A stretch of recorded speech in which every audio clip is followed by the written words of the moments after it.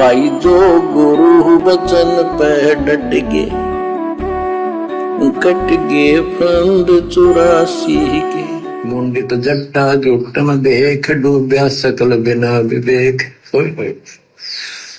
ये सारे बिना विवेक के, बिना विचार के, ठीक है, तत्व ज्ञान ना मिलने से सारे अपना जन्म बर्बाद कर रहे।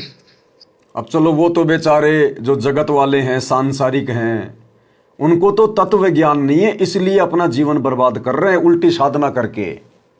और जिनको गुरुजी ने 30 साल से सत ज्ञान दे दिया, तत्व ज्ञान दे दिया, वो देखो किस प्रकार से अपना जीवन बर्बाद करने में लगे हुए भगत, सत्संगों के विरुद्ध सारे कुकर्म करके। तो भाई और बहनों, परमात्मा हर प्रकार से समझाते हैं। गुरुदेव के सत्संग जगत के लिए भी होते हैं और भगत के लिए भी होते हैं। और परमात्मा ने बताया कि सतगुरु कह क्या रहा है और उस कहानी के माध्यम से समझा क्या रहा है। तो गुरुदेव जो सांसारिक लोगों के लिए जो ये बातें बोल रहे हैं ना, हमने तो भक्ति मार्ग में हमारे लिए क्या संकेत है, हमने भी किस प्रकार से सावधान रहना है। तो हमने तो अपने मतलब की बातों को पकड़ना है, क्योंकि तत्वदर्शी संत का सत्संग सबके लिए होता, सबके लिए। जिसके जैसे संस्कार होते हैं, जिसका जैसा भाग्य होता है, जिसकी जितनी बुद्धि होती है, उसी अनुसार परमात्मा के शब्द उसके ऊपर जो है वो असर करते हैं। तो सांसारिक लोगों की जो साधना है, जो क्रिया है, जो शास्त्र विरुद्ध है, उसके विषय में गुरुदेव बता रहे हैं कि उनको तो ज्ञान नहीं है, लेकिन हम भक्तों को ज्ञान देने में सतगुरु ने क्या कमी छोड़ दी, जो हम भी वापस वही काम कर रहे हैं। अरे वो तो इसलिए अनुपासना कर रहे हैं कि उनको ज्ञान नहीं है। फिर सतलोक आश्रम मैनेजमेंट हरियाणा ने अयोध्या में श्री रामलला के मंदिर में वहां जाकर, जहां रामलला के दर्शन करने के लिए दुनिया आ रही है अनुपासी, उनके लिए वहां अयोध्या में जाके भंडारा लगाने की क्या जरूरत थी। भाई और बहनों, आने वाले समय में दुनिया हंसा करेगी इनकी ऐसी ऐसी मूर्खता देखकर कि गुरुजी का परिवार, और इतनी बड़ी मूर्खता।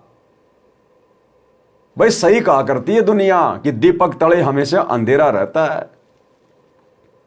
अरे गोहाना में गौशाला वाले अपना हवन यज्ञ कर रहे हैं, महर्षि दयानंद वाला स्वाहा, और सतलोक आश्रम ने जाकर उस गौशाला में भंडारा लगा दिया।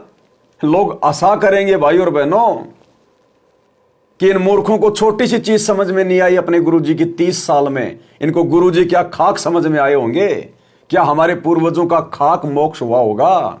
वो आने वाली पीढ़ियां विचार करेंगी इन बातों पे कि गुरुजी ने प्रथम नाम देते समय कह दिया था, बेटा गेम नहीं खेलना, कोई खेल नहीं खेलना, कोई सहयोग नहीं करना। और इन्होंने धनाना गांव में स्टेडियम ठोक दिया जनता के लिए। ये हैं वो एजेंट विशेष काल के। तो वर्तमान में तो हो सकता है भक्तों की बुद्धि ऑफ है, राग द्वेष ईर्ष्या भक्तों में बहुत ज्यादा व्याप्त है। ये सच्ची बातें ना तो सतगुरु की अच्छी लगती हैं और ना सतगुरु के भक्तों की अच्छी लगती हैं, जिनके माड़े संस्कार होते हैं।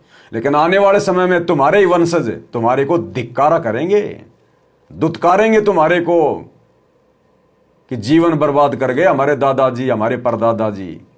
ये हाल हो जाएगा अंत में। तत्व ज्ञान ना मिलने से सारे अपना जन्म बर्बाद कर रहे हैं। विरक्त उदासी ऐन माया लग मिठी सेन, बागंबरिया उपंबर ऊट, सोचो बंधे तुम के बूट।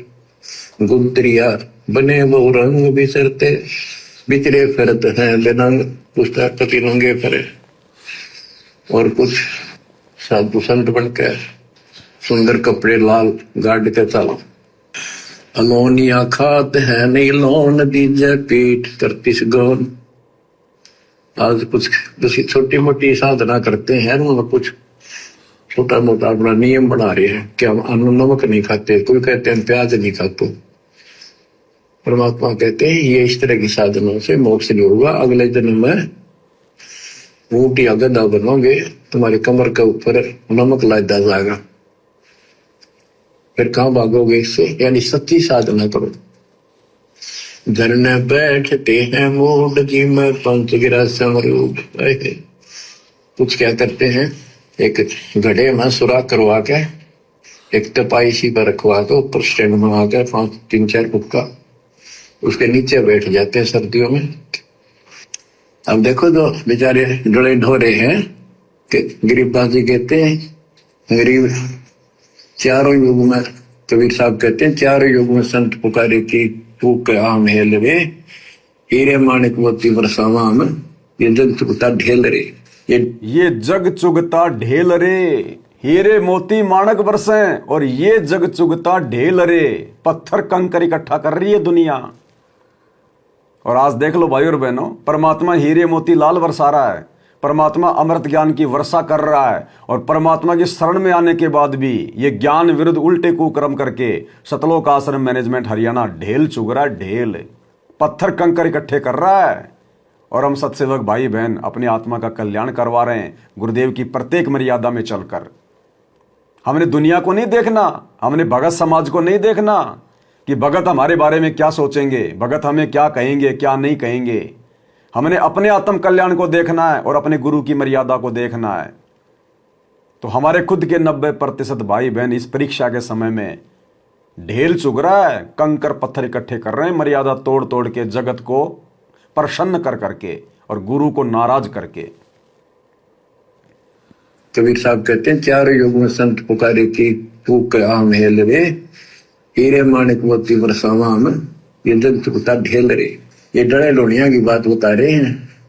एक है गुफादारी शब्द, सो तो पड़े जम के फंद, फुटी चर मांगते है चून, जन्म में बीज बोया गुण, अर्पण करें बहुत आचार, पोथी लिए खर का बार, चीन्या नहीं रमता राम, कुटन बह मुए बेकाम, अगत आप है लोलीन, खोजी खोज कर यकीन, पर मुद्रा एक कान, योगी योग का नहीं ध्यान, कनपटिया कलंदर कूर, अवगत महल साहेब दूर, भरमी भरम की बाजी, कबूले पंडिता का जी। होय ये सारे भूल रहे हैं पंडित और का जी। सिनासी उदासी जान पाया नहीं सतगुरु ज्ञान। होय इनको जितने भी सन्यासी हैं, उदासी हैं, सट दर्शनी हैं, इनको सतगुरु का ज्ञान प्राप्त नहीं हुआ, इसलिए भक्ति भी कर रहे हैं, तड़प भी रहे हैं, मार्ग ठीक नहीं मिला। और बच्चों, आपके ऊपर कैसी कृपा कर दी, आप इतनी अच्छी आत्मा हो, मैं वर्णन नहीं कर सकता। क्या कह रहे हैं परमात्मा कि बच्चों आपके ऊपर कैसी दया कर दी परमात्मा ने, आप इतनी अच्छी आत्मा हो, मैं आपका वर्णन नहीं कर सकता। अरे वर्णन तो एक जीव अपने भगवान का नहीं कर सकता, उसकी महिमा का नहीं कर सकता, उसके उपकार का नहीं कर सकता। इसके बावजूद गुरुजी आप और हम जैसे 2 कोटि के जीव के लिए इस प्रकार के शब्दों का प्रयोग कर रहे हैं। किनके लिए? हम सत्सेवकों के लिए, ना कि सतलोक आश्रम मैनेजमेंट हरियाणा से जुड़े हुए भाई बहनों के लिए। क्योंकि अंतर्यामी हिसार जेल में बैठ के सब कुछ देख रहा कि बाहर कौन मर्यादा में है, कौन भक्ति कर रहा है। अब सतगुरु का ये प्रसाद, सतगुरु का ये आशीर्वाद, इस प्रकार के शब्द, क्योंकि आप और हमें तो गुरुद्रोही घोषित करवा रखा है। डायरेक्ट तो गुरुजी हमारी बढ़ाई करेंगे नहीं, हमारी प्रशंसा वो करेंगे नहीं, हमारी हिम्मत वो बढ़ाएंगे नहीं। क्योंकि अगर हमारे विषय में गुरुजी कुछ अच्छा बोलेंगे तो ये काल एजेंट नाराज हो जाएंगे। काल एजेंट नाराज हो गए तो गुरुजी की संगत को ये बर्बाद कर देंगे। वैसे ही इन्होंने बर्बाद कर दिया। तो गुरुजी इन्हीं लोगों के माध्यम से ये सत्संग भेज भेज के और बीच बीच में आप और हम मर्यादित आत्माओं के लिए संकेत कर रहे हैं कि मेरे सत्सेवक बच्चों, मेरे पास शब्द नहीं है तुम्हारी महिमा करने के लिए, तुम्हारा वर्णन करने के लिए। तुम कितनी अच्छी आत्मा हो कि इस परीक्षा की घड़ी में हर प्रकार से तुम हर प्रकार के दबाव को सहन करके मेरे से तुम्हारे को गुरुद्रोही भी घोषित करवा दिया, झूठ साच बोल के, अपने गुरु को मानुष मान के और मेरे सामने झूठ बोल के मेरे परिवार ने तुम्हारी झूठी शिकायतें करके तुमको गुरुद्रोही घोषित करवा दिया, तुम्हारे खिलाफ लेटर निकलवा दी, ऑडियो वीडियो निकलवा दी। और बच्चों, उसके बावजूद भी तुमने मेरे ज्ञान को आधार बनाया। तुम ढीले नहीं पड़े, तुम कमजोर नहीं पड़े और तुम भक्ति मार्ग पर दृढ़ता के साथ आगे बढ़ते रहे और वीडियो बना बना के अपने अन्य भाई बहनों को भी समझाते रहे। इसलिए गुरुदेव कह रहे हैं कि तुम्हारा तो इसी जन्म में पूर्ण मोक्ष है, तुम्हारा कल्याण है, तुम्हारा लास्ट जीवन है ये। इसलिए परमेश्वर संकेत में कह रहे हैं कि मेरे पास शब्द नहीं है जो मैं तुम्हारा वर्णन कर सकूं। ये है गुरुदेव के कहने का आशय, क्योंकि वो तो अंतर्यामी है। क्या उस अंतर्यामी को स्टेडियम दिखाई नहीं दे रहा? क्या ये गंदी राजनीति दिखाई नहीं दे रही? जाट भवन दिखाई नहीं दे रहा? आश्रमों में हॉस्पिटल दिखाई नहीं दे रहा? दुनिया भर का आडंबर पाखंड दिखाई नहीं दे रहा? सब कुछ दिखाई दे रहा है उसको। इसलिए परमात्मा संकेत में अपने सत्सेवक बच्चों को आशीर्वाद दे रहे हैं। पी रहे हैं, मार्ग ठीक नहीं मिला। पर बच्चों, आपके ऊपर कैसी कृपा करती, आप इतनी अच्छी आत्मा हो, मैं वर्णन नहीं कर सकता। कोई शब्द नहीं, कोई कहां से शुरू करूं, कहां की आपकी महिमा खत्म करूं। पर तुम बालक हो, बहुत भटक लिए, बहुत उठा लिए इस गंदे लोक में। आप निकलो इससे। आज जन्म होया फिर मर गए। तो बच्चों, आपकी किस्मत की तुलना यदि मैं आज ब्रह्मा विष्णु महेश से करूं तो वो कमजोर है। जो गुरु वचन पे डट गे, कट गे फंद 84 के, कट गे फंद 84 के, कट गे फंद 84 के। भाई जो गुरु वचन पे डट गे, कट गे फंद 84 के, कट गे फंद 84 के, कट गे फंद 84 के। भाई जो गुरु वचन पे डट गे,